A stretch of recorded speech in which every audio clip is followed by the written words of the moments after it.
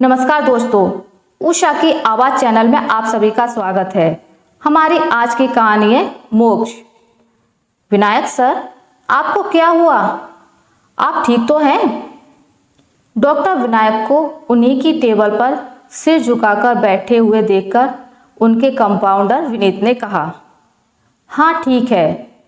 बड़ी मुश्किल से विनायक ने सीधा होते हुए कहा, पर मुझे लग रहा है कि आपकी तबीयत ठीक नहीं है।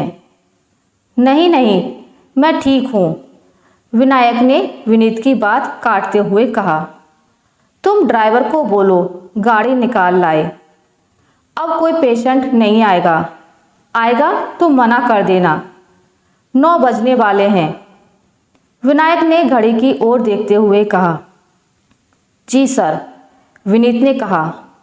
फिर उसने विनायक के ड्राइवर को फोन कर गाड़ी लाने के लिए बोल दिया।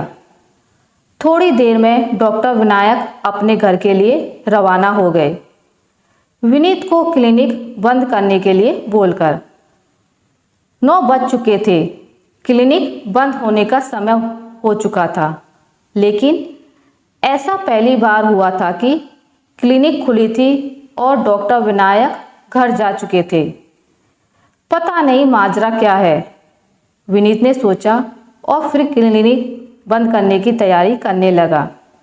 उसने लाइट स्विच ऑफ किया, अलमारी में ताले लगाए, क्लिनिक रूम को लॉक किया और फिर शटर डाउन कर अपने घर के लिए निकल गया।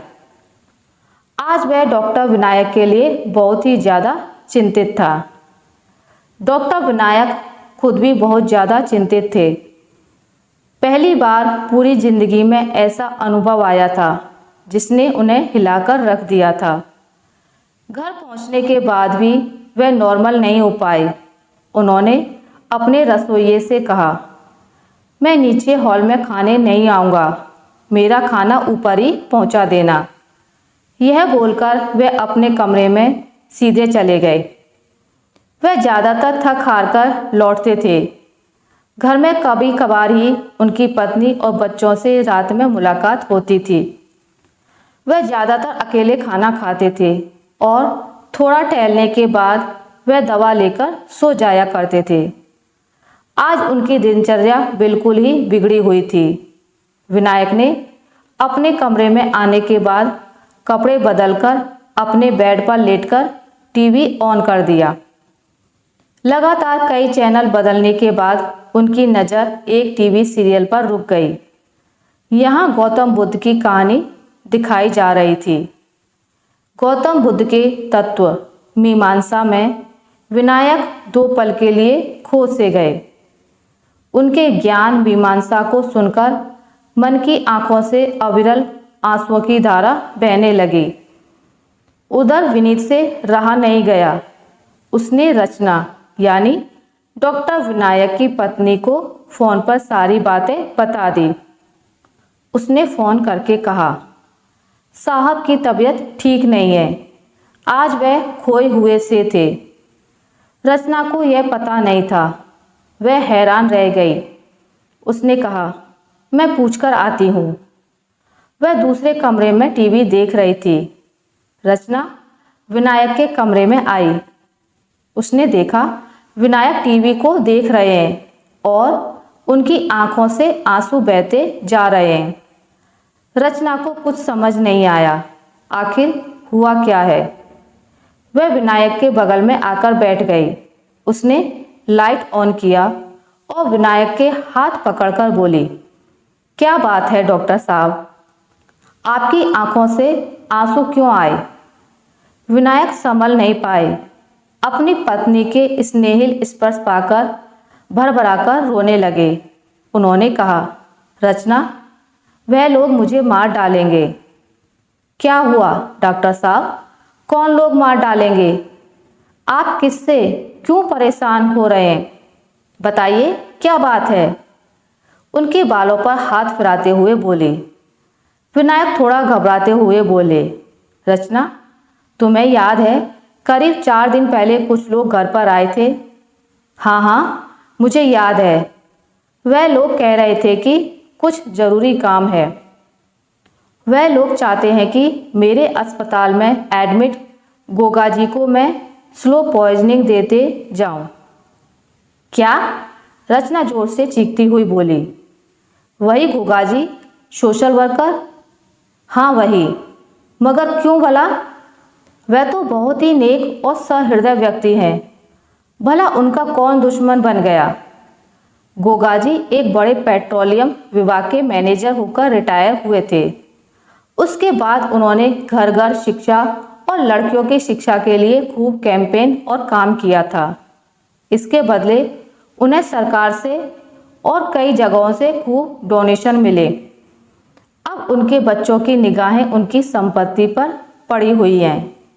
वे लोग चाहते हैं कि गोगा जी चल बसें और उनके सारे फंड के पैसे ये लोग अपने नाम कर लें।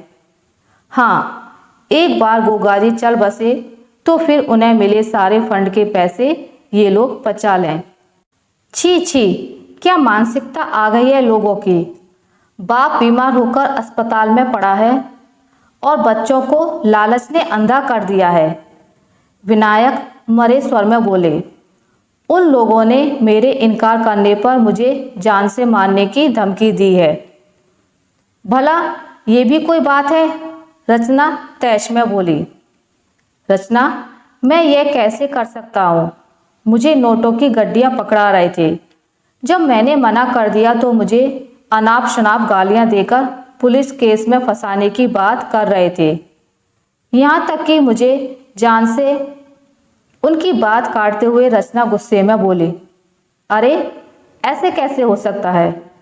एक व्यक्ति अपाहिज होकर अस्पताल में आपके विश्वास पर बेसुध पड़ा है। उसकी जान बचाने की बजाय आप उसे जहर दे दीजिएगा। भला ऐसा भी कोई कर सकता है?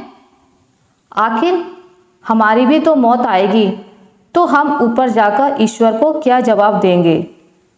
यही बात रचना, मैं अपनी ही नज़रों में गिर गया। मैं ऊपर जाकर अम्मा, बाबूजी और अपने भगवान को क्या जवाब दूंगा? आज रात में उन लोगों का फ़ोन आएगा। हाँ या ना में जवाब देना है। अभी दोनों पति पत्नी आपस में बातें कर ही रहे थे, तभी विनायक जी का फ़ोन घनघना उठा। विनायक जी ने फ़ोन उठाते हुए कहा, उन्हीं लोगों का फ़ोन है। कहते हुए उन्होंने फ़ोन उठा लिया। उधर से आई बात का जवाब देते हुए विनायक जी ने कहा, आप लोगों ने पूरी तरह से मुझे गलत समझ लिया है। मैं वैसा व्यक्ति नहीं हूँ। मैं अपनी आत्मा को नहीं बेचूंगा। कभी भी मैं गोगा जी को जहर नहीं दे सकता। मैं कौन होता हूँ किसी की जान लेने वाला? मैं एक डॉक्टर हूँ, प्राण देने वाला। जब तक मैं रहूँगा तब तक मैं गोगा जी की जान बचाने की कोशिश करूँगा। आप लोग उम्मीद छोड़ दीजिए कि मैं आप लोगों के पाप में भागीदारी करूँगा। यदि आप लोग मुझे परेशान करेंगे तो फिर मुझे पुलिस की मदद लेनी होगी। गोगा जी के बच्चों ने धमकी देते हुए कहा, तुम्हें अपनी आत्मा की बड़ी चिंता है। चलो हम तुम्हारी आत्मा को मोक्ष दे देंगे। विनायक और रचना जी ने पुलिस को इन्फॉर्म किया।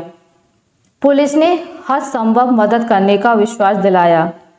दूसरे दिन डॉक्टर विनायक अपने क्लिनिक में बैठे थे, तभी 4 नकाबपोश उनके क्लिनिक में घुस गए और धड़ाधड़ उनके ऊपर गोलियों की बौछार शुरू कर दी। डॉक्टर विनायक मृत होकर गिर पड़े। यह खबर शहर में आग की तरह फैल गई थी। विनायक और रचना जी ने पुलिस को पहले ही इस खतरे से आगाह कर दिया था, इसलिए सभी लोगों को वस्तु स्थिति का पता था। शहर भर के अखबारों में, न्यूज़ चैनलों में डॉक्टर विनायक के नाम की तारीफें हो रही थीं, लेकिन रचना जी सफ़ेद कफन में लिपटे हुए शांत पड़े विनायक जी के शव को आंसू भरी आंखों से निहार रही थी। इस जीवन का कोई भरोसा नहीं, कब मौत आ जाए, बस यही, मृत्यु ही एकमात्र सत्य है। आशा करती हूँ आपको मेरी आज की कहानी अच्छी लगी होगी। अगर आपको मेरी ये कहानी अच्छी लगी है तो इसे लाइक करें, ज़्यादा से ज़्यादा शेयर करें और अगर आप मेरे चैनल पर नए हैं तो इसे सब्सक्राइब करना ना भूलें। मिलते हैं एक नई कहानी के साथ, तब तक के लिए नमस्कार।